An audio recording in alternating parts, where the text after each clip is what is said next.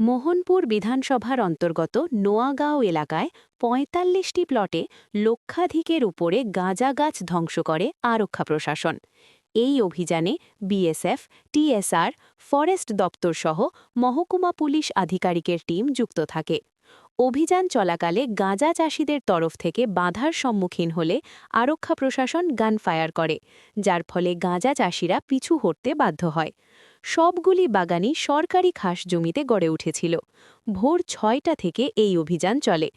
পরিশেষে বলা যায়, নির্বিঘ্নে এই অভিযান সম্পন্ন করল আরক্ষা প্রশাসন। আগামী দিনেও এ ধরনের অভিযান জারি থাকবে বলে জানান পুলিশ আধিকারিকরা। আজকে আমরা ভোরবেলা থেকেই একটা গাঁজা গাছ ডিস্ট্রাকশন অভিযানে নেমেছি। তো আমাদের সাথে BSF, forest department, Tripura state rifles এবং সিধাই সাব ডিভিশনাল পুলিশ আমরা পার্টিসিপেট করেছি।